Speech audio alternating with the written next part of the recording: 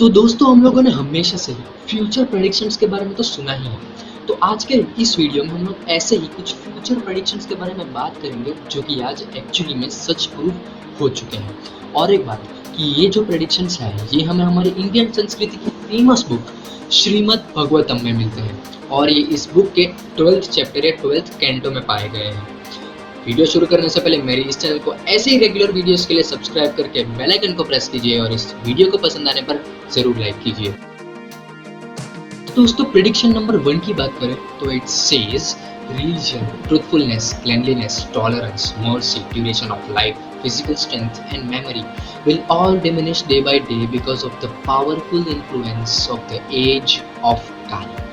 तो अब आप अपनी स्क्रीन पर एक ग्राफ देख रहे हैं जो कि ये क्लियरली प्रूव कर रहा है कि हम लोग कितनी ही क्लेanलीनेस रख रहे हैं, क्योंकि अगर क्लेanलीनेस रखते तो आज हमारे अर्थ के टेम्परेचर की ये हालत ना होती जो कि हर साल बढ़ती जा रही है। इसके साथ साथ हम लोग कितना पॉल्यूशन कर रहे हैं ये तो आप सब देख ही रहे हैं, क्योंकि ग्लोबल वार्मिंग से हम सब वाकिफ हैं। और अब अपनी स्क्रीन पर देख रहे हो ग्राफ जो कि ये प्रूव कर रहा है कि आज के लोग पुराने ज़माने के लोगों के मुताबिक कितने वीक हैं और हम लोग अपनी फिजिकल स्ट्रेंथ कहाँ पर वेस्ट कर रहे हैं।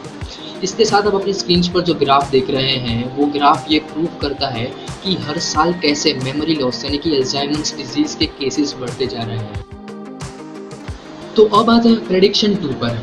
इट सेज इन कलयुग wealth alone will be considered the sign of a man's good birth, proper behavior and fine qualities। अब दोस्तों आप ही सोचिए, अगर कल अंबानी के घर में कोई नया मेंबर आए तो हम लोग में से कोई भी ये कहता नहीं थकेगा यार कितना लक्की है नहीं वो एक अमीर इंसान के घर पर जन्म लिया। और फिर हम ही वो लोग हैं जो ये मेंटालिटी रखते हैं कि यार वो लड़का है लड़की तो बहुत बड़ी लड़की है, वो तो उसका बिहेवियर तो अच्छा ही होगा। अगर हम ही ये मेंटालिटी रखने लगे फिर ये तो प्रेडिक्शन को तो हम लोग बहुत अच्छे से खुद ही प्रूव कर रहे हैं। तो अब आते हैं प्रेडिक्शन नंबर 3 पर जो कि कहता है men and women will live together merely because of superficial attraction and success in business will depend on deceit। और अब आप अपनी स्क्रीन पर जो ग्राफ दिखा रहे हो वो बहुत अच्छे से ये प्रूव कर रहा है कि हर साल पूरी दुनिया में कितने लोग खुद से सुपरफिशियल अट्रैक्शन की वजह से शादी करके 2-3 सालों के बाद एक दूसरे को छोड़ देते हैं। उसके बाद अगर सक्सेस फॉर डिसीट की बात करें तो ये दोनों लोग को तो आप जानते ही होंगे जो कि बहुत बड़ी और फेमस शख्सियत हैं। लेकिन चिंता मत कीजिए, ऐसे बहुत लोग हैं जो दुनिया में ऐसे काम कर कर किसी कोने में छुपे बैठे हैं और ये प्रेडिक्शन यहीं पे करेक्ट प्रूव हो जाता है। तो अब आता है प्रेडिक्शन नंबर 4 पर जो कि ये कहता है कि a person's spiritual position will be ascertained merely according to external symbols and on the same basis people will change from one spiritual order to the next। और अब इसको समझने के लिए पहले तो आप ये छोटी सी क्लिप देख लीजिए। ये हिंदू है, ये ईसाई है, ये सिख है, ये जैन है और ये तुम्हारी बिरादरी की है। जरा आप लोग अपना अपना नाम बताओ तपस्वी जी को। हेलो जी, साडा नाम सुखविंदर सिंह बेदी। अस्सलाम वालेकुम, मेरा नाम अब्बास अली याकूब है। जय जैनेन्द्र, मैं महावीर जैन। हाय, आई एम क्रिस्टोफर डिसूजा। नमस्कार, मैं जगत जननी। हम ई सबका ड्रेस अदला बदली कर दिया, समझ रहे ना आप? हम समझाता, ये आओ, ये देखा, दाढ़ी मोछ और पगड़ी तो सिख, निकल गई पगड़ी तो हिंदू और निकल गई मोछ तो मुसलमान। तो इसे देखकर आप लोग समझ ही चुके होंगे कि कैसे आज के ज़माने में लोगों के सिर्फ कपड़े देखकर उनके रिलीजन प्रेडिक्ट किए जा रहे हैं। तो अब आते हैं प्रेडिक्शन 5 पर जो कहता है a person will be judged unholy if he does not have money and hypocrisy will be accepted as virtue. अब आप ही कहिए कि आप जब भी आज तक किसी के भी साथ मंदिर गए हैं तो कभी भी आप दान में कितने भी, भले 1 का सिक्का हो, 2 का सिक्का है, कितने भी पैसे हो, कभी भी दान दिए बगैर वापस आए हो? नहीं, क्योंकि बचपन से ही हमारी ये मेंटालिटी हमारे पेरेंट्स ने या हमारे बड़ों ने हम पर घुसा दी है कि बस मंदिर जाना है तो दान देकर आना ही है। आज तक इसके सवाल का जवाब ना किसी ने दिया है और किसी ने पूछा है, तो इसका हमेशा डिप्लोमेटिक आंसर ही देने में आया है। तो अब आता है प्रेडिक्शन 6 पर जो कहता है कि he who can maintain a family will be regarded as an expert man and the principles of religion will be observed only for the sake of reputation. अब आप लोग खुद सोचिए, सपोज आपके समाज में आज या कल कोई भी एक रिलीजियस फंक्शन है और आपकी एक ऐसी सिचुएशन है कि आप नहीं जा सकते, लेकिन फिर भी आपके घर में कोई ना कोई बड़ा तो ऐसा कहेगा ही कि नहीं, समाज में अच्छा नहीं लगेगा, इसके लिए हमें जाना ही पड़ेगा। कहाँ पर? उस रिलीजियस फंक्शन में। इसका मतलब क्या कि हम अपनी श्रद्धा को खुद की रेपुटेशन और खुद की रिस्पेक्ट से जोड़ रहे हैं, ना कि खुद के बिलीव ऑफ गॉड पे। तो अब आते हैं प्रेडिक्शन 7 पे, जो कि कहता है as the earth thus becomes crowded with a corrupt population, whoever among any of the social classes shows himself to be the strongest will gain political power. अब इसके लिए तो आप अपनी स्क्रीन पर जो एक ग्राफ देख रहे हैं, जो कि ये बहुत क्लियरली प्रूव कर रहा है, सिर्फ इंडिया में ही देख रहे हैं ना आप, कि हर साल कैसे धीरे धीरे करप्शन रेट बढ़ती जा रही है। और बस यही ग्राफ काफ़ी है इस प्रेडिक्शन को प्रूव करने के लिए। तो अब आते हैं प्रेडिक्शन नंबर 8 पे, जो कि कहता है harassed by famine and excessive taxes, people will resort to eating leaves, roots, flesh, wild honey, fruits, flowers and seeds. Struck by drought, they will be completely ruined. अब दोस्तों इसको प्रूव करने के लिए तो 2020 ईयर ही बहुत काफ़ी है, लेकिन फिर भी अगर बात करें तो हम लोगों को तो पता ही है कि इस लॉकडाउन ने हम लोगों को हमारी लाइफ पर कितना असर कर दिया है, ऑलरेडी कर चुका है।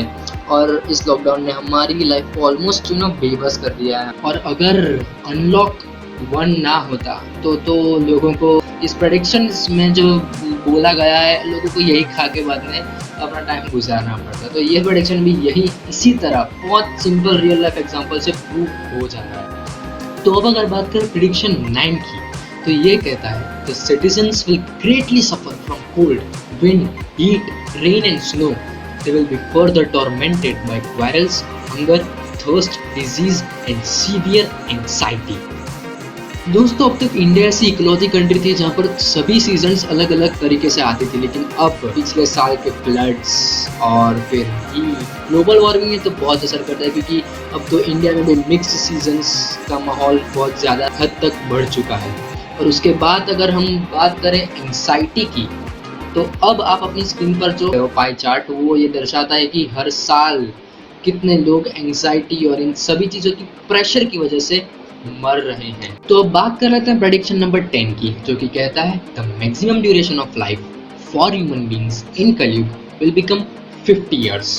और अब आप अपनी स्क्रीन पर 2 ग्राफ देख रहे हैं। लेफ्ट साइड वाला ग्राफ दिखा रहा है कि हर साल कैंसर जैसी बड़ी बीमारियों की वजह से कितनी डेथ्स हो रही हैं, और उसमें से कम एज वाले कितने ज़्यादा लोग हैं। और राइट साइड सुसाइड जैसे डिसीजन की वजह से कितने टीनेजर्स पूरी दुनिया में मर रहे हैं।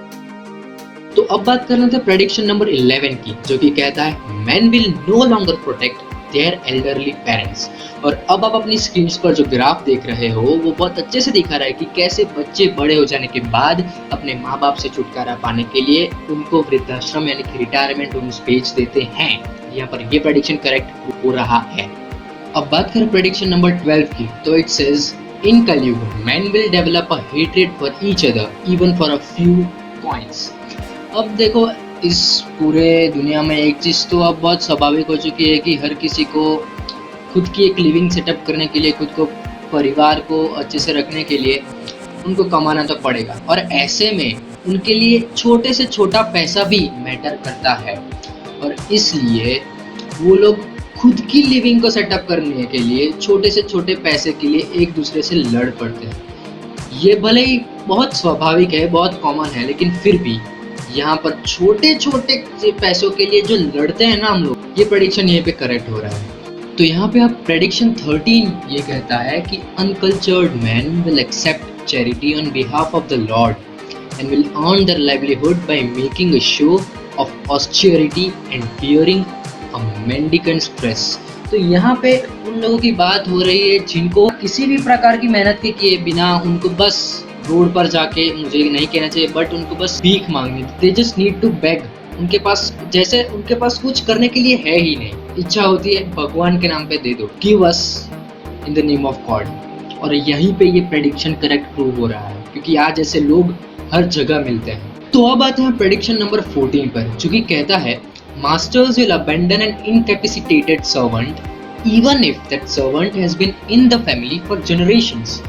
Cows will be abandoned or killed when they stop giving milk. अब सबसे पहले तो आप ये पिकी देख लीजिए, तो आप बस ये सोचिए कि अगर इंसान इस हद तक गिर सकता है कि वो एनिमल्स को मार दे, तो फिर वो सर्वेंट्स के साथ तो क्या ही हालत करेगा। ये प्रेडिक्शंस एक्चुअली अब कुछ मिथ्स बन चुके हैं जिनको प्रूव करना बहुत इजी हो गया है। तो अब बात करते हैं हमारे लास्ट प्रेडिक्शन की, जो कि कहता है cities will be dominated by thieves, the Vedas will be contaminated by speculative interpretations of atheists, political leaders will virtually consume the citizens. तो सबसे पहले तो अगर बात करें एथिस्ट की या अंधश्रद्धालुओं की, तो ये गॉड पर बिलीफ रखते ही नहीं है। लेकिन असली प्रॉब्लम तब क्रिएट होती है जब ये पूरी दुनिया को कन्विंस करने निकले, वो भी एक इलॉजिकल पॉइंट ऑफ व्यू से, और पूरी दुनिया में से एक इकलौता पॉजिटिव बिलीफ जो कि एक इंसान को उम्मीद दे सकता है, उसको ही मिटा दे और उसके साथ साथ वो खुद को महान प्रूव करे। और उसके बाद अगर बात करते हैं हम लोग पॉलिटिकल लीडर्स की, तो उनके तो शब्द ही ऐसे होते हैं कि यार कोई भी फंस जाए। तो यहाँ पर हमारा लास्ट मिथ यानी प्रेडिक्शन भी करेक्ट प्रूव हो जाता है। तो दोस्तों, आई होप आपको मेरा ये वीडियो ज़रूर पसंद आया होगा, और अगर आपको ऐसे ही अमेजिंग वीडियोस चाहिए तो मेरी चैनल को सब्सक्राइब करके बेल आइकन को दबाइए और इस वीडियो को ज़रूर लाइक कीजिए। तो दोस्तों, मिलते हैं अगले वीडियो में, तब तक के लिए जय हिंद, जय भारत।